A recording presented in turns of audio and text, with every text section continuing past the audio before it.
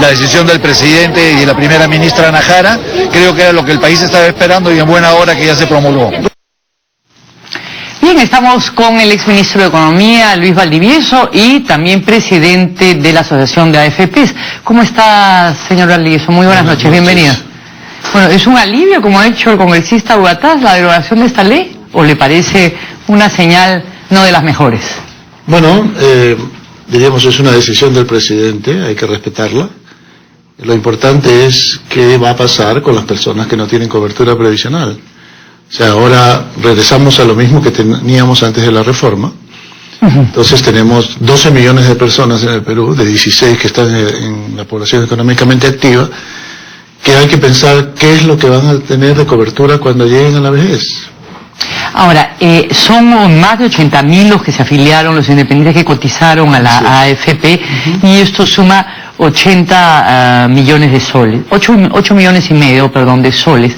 ¿Esto era auspicioso, era una cifra que estaba por encima de lo esperado, o era más bien una cifra baja? Bueno, lo que tenemos estimado nosotros preliminarmente excede ese número, o sea, probablemente... ¿Excede qué? En los 8 millones, diríamos, ¿más? Probablemente va a ser más. ¿Más? ¿Cuánto podría ser, el doble? Sí, podría ser 15 millones más o menos. 15 millones de soles lo que han aportado.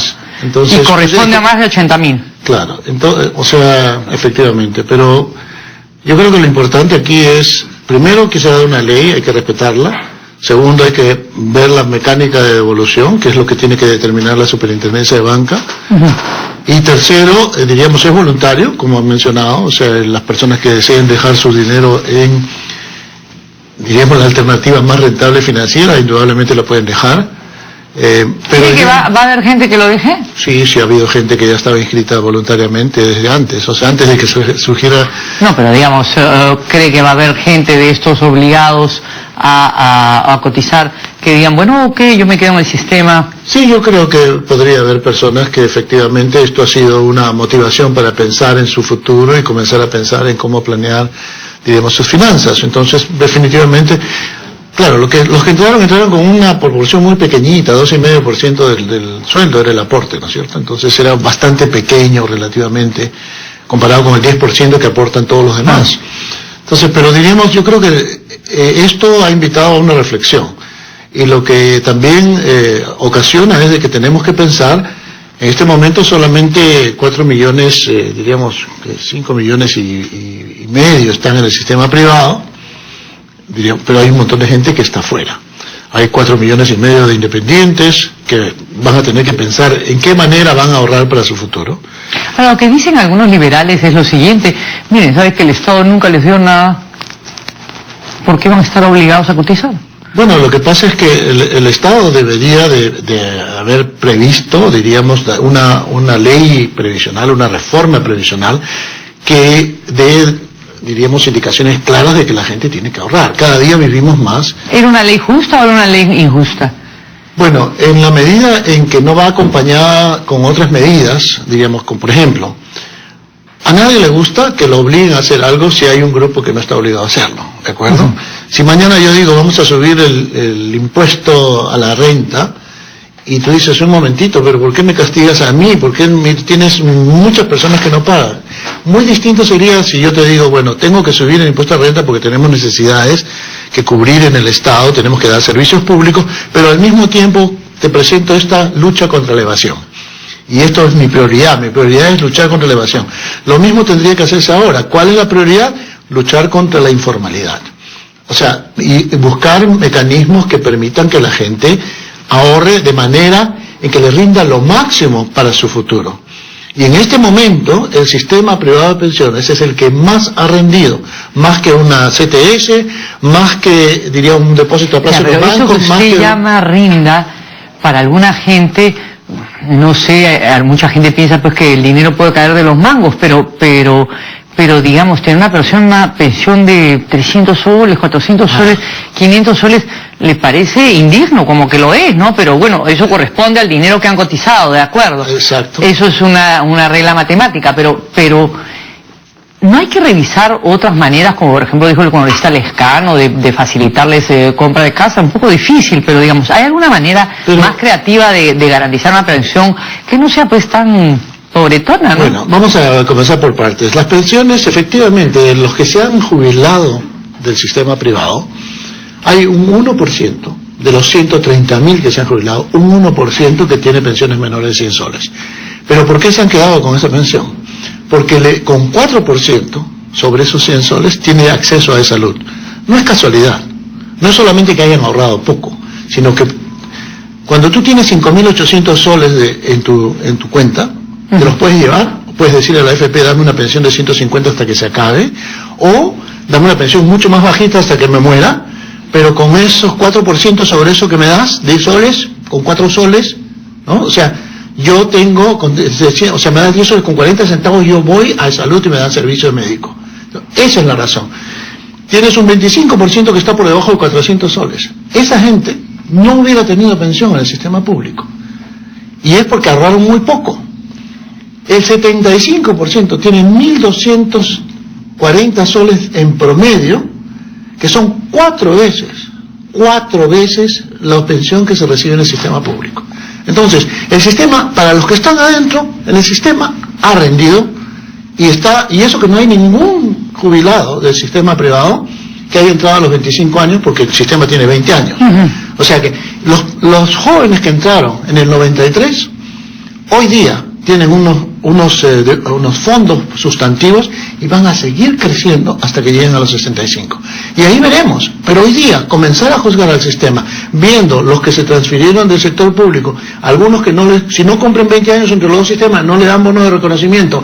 O sea, si cumpliste los 20 años, no hay ninguno que no le han dado un bono de reconocimiento y un bono complementario que te lleva a la pensión mínima del Estado. Entonces, hay mucha falta de información respecto a cómo funciona el sistema. Sin embargo, miren, el Congreso de la República, las fuerzas políticas, casi mayoritariamente, incluido un grupo como el Fujimorista, que fue el que instauró las AFP, sostienen que tiene que haber una reforma de las AFPs, una reforma del sistema de la ONP, una reforma total. ¿Ustedes cómo tomarían esto si se comienza a discutir en el Congreso una situación de este tipo y crearía inestabilidad o no crearía inestabilidad? Bueno, sí, depende cómo lo organices. Si es un diálogo estructurado y profesional con un apoyo técnico necesario, por supuesto que bienvenida a la discusión. Sin embargo, vamos a hablar claramente. Nosotros hicimos una propuesta en febrero de 2012, antes de la reforma. No nos escucharon, nos invitaron el último día al Congreso, el día en que aprobaron el dictamen de la Comisión de Defensa del Consumidor. No escucharon. Yo le presenté una propuesta completa al ministro Castilla. O sea, le dijimos, esto es lo que nosotros pensamos. La cobertura, movámonos hacia una cobertura universal, pero no lo puedes lograr si es que tienes informalidad.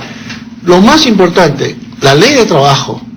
O sea, no, los independientes son un grupo que son cuasi formales, podrían entrar, sí, perfecto, pero no lo hagas si no tienes una reforma laboral, porque de lo contrario no va a haber diríamos, el impacto que tú tienes. Sin embargo, se sostiene, tirios y troyanos, de que Castilla renunció por este motivo, porque no iba a firmar una ley que él había, digamos, impulsado. Yo no sé por qué renunció, pero lo que yo sí te puedo decir es que no fue una reforma de carácter integral. ¿Por qué el ministro Castilla no aceptó, digamos, esta sugerencia, esta propuesta? Bueno, porque lidiar con el problema... ¿Cuál es el problema fundamental? Tienes el sector público, en el cual el 60% de los que aportan no va a recibir pensión. ¿Ok? Estamos hablando, pues, 60% de los que aportan 1,5 millones. ¿Ok? Ahí tienes 900.000 personas que están aportando ahora 13% de su sueldo. Pero no van a recibir pensión. Y eso lo dice el BID, no lo dicen las AFP. O sea, están siendo timados, están tirando su platita al agua. Tiene que resolverlo el gobierno. Y tienen que resolverlo los congresistas que tanto se rajan las vestiduras que defienden al consumidor y a las personas. No, señor, no están haciendo nada por ellos. Primero. Segundo, tienes informalidad.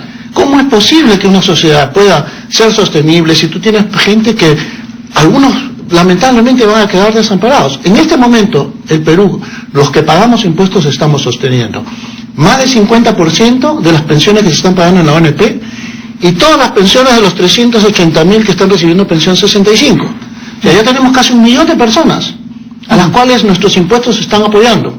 Ojo, ¿ok?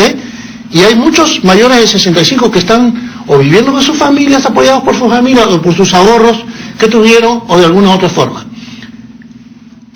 Esta cantidad de personas mayores de 65 va a ir creciendo y cada vez más rápido. Y va a tener que haber más CIS, más seguro integral de salud. Exactamente. De acuerdo, pero el Estado nunca les ofreció nada, entonces ellos están fuera y... Bueno, por eso tenemos la situación que tenemos, porque diríamos, no, la gente no ve el resultado de su trabajo, la gente no ve la protección social que requiere y sin embargo se le quiere exigir cada vez más y más. Pero ¿cómo tomarían ustedes una discusión, digamos, no técnica, no así muy suiza, muy alemana, muy numérica, sino más bien con este afán justiciero que tiene el Congreso frente a las AFPs? ¿Cómo la tomarían? ¿Crearía inestabilidad?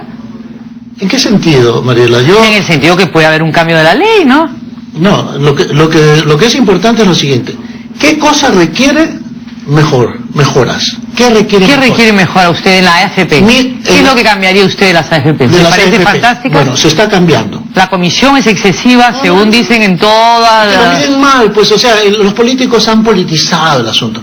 Mira, el sistema privado de pensiones tiene 4 beneficios clarísimos. Ya, pero ¿qué cambiaría? No me hable de las bondades. ¿Qué cambiaría usted dentro de su interior, de usted mismo, como usted mismo diga, caramba, esto no está...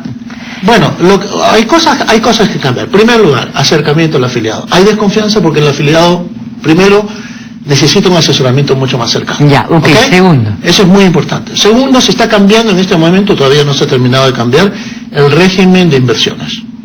Muy importante. ¿Por qué? Porque... Pero nada forma parte de las AFP, o sea, de la estructura de las AFP, comisiones, cobros, Un momentito. Yeah.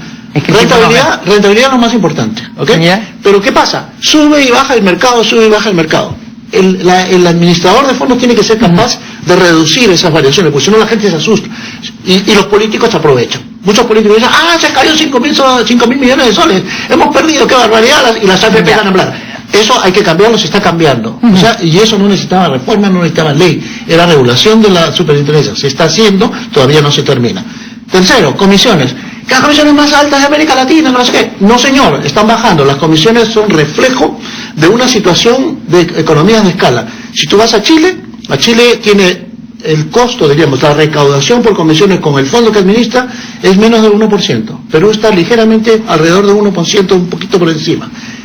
República Dominicana está por 3%, México está por encima de Perú, Colombia está por encima de Perú. ¿Dónde está la evidencia? ¿Cuánto ha bajado la comisión? Desde el año 2000 hasta ahora ha bajado 34%. Después de la licitación bajó solo a 8%, todo lo demás... La licitación para Hábitat no fue una cosa adecuada para usted, no fue una cosa, digamos, que dinamizó... No, la licitación tuvo como resultado que se reduzcan las comisiones en 8%. Es un mecanismo que se usó, pero da un monopolio temporal, perfecto. O sea, ese es lo que escogió el gobierno, tuvo un impacto, y el siguiente impacto va a ser en la próxima licitación. Sin embargo, si te vas a la historia, sin licitación había bajado ya mucho más de lo que bajó como resultado de la licitación. El congresista García Belaúnde ha dicho que Hábitat no tiene ningún contrato con el Estado para los independientes, nada por el estilo, es que no hay ningún problema en la devolución. Usted no ve ningún problema en la devolución del dinero. Depende de lo que diga la superintendencia de Banca y Seguros, diga cómo lo devuelven, dónde lo devuelven y de qué manera. Las AFP trabajan bajo el marco de la ley. O sea, diríamos, una vez aprobada la ley tienes que implementarla, si no te cae una multa. Segundo, tiene que haber un reglamento. Esperemos que estamos trabajando en el asunto conjuntamente con la superintendencia para ver cuál es la mejor manera de devolverles los recursos más rápido a los que quieran solicitarlo. ¿Cuál sería una? ¿Una qué? Una manera rápida. Una manera rápida podría ser depositar, diríamos, hay 3 cuentas en las AFPs. Obligatorio con fin provisional, voluntario con fin provisional y voluntario. Se puede transferir de una cuenta a otra. Lo que pasa es que hay la reglamentación que tiene que salir es la que tiene que permitir la transferencia, tiene que ser legal, porque de lo contrario los fondos son intocables. Tú no puedes agarrar y meter un plato hoy día y mañana dices no, me arrepiento, la saco.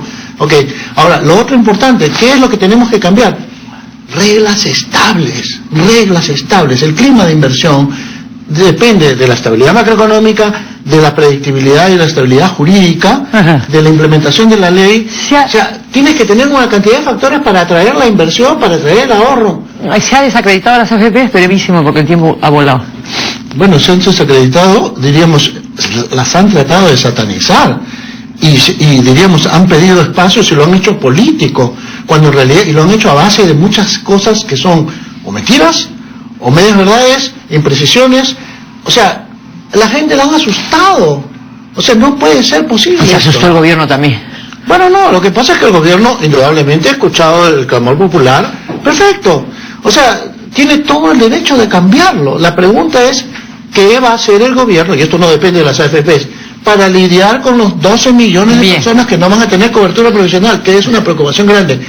Y la solución tiene que ser que esas personas, cualquiera sea la forma, tienen que ir al lugar donde sus ahorros rindan más. Bien. Y no donde entren y no saben lo que va a pasar con sus ahorros. Muchas gracias, señor Luis Valdivieso, por acompañarnos. Muy buenas noches. Muchas gracias por la invitación. Gusto verte.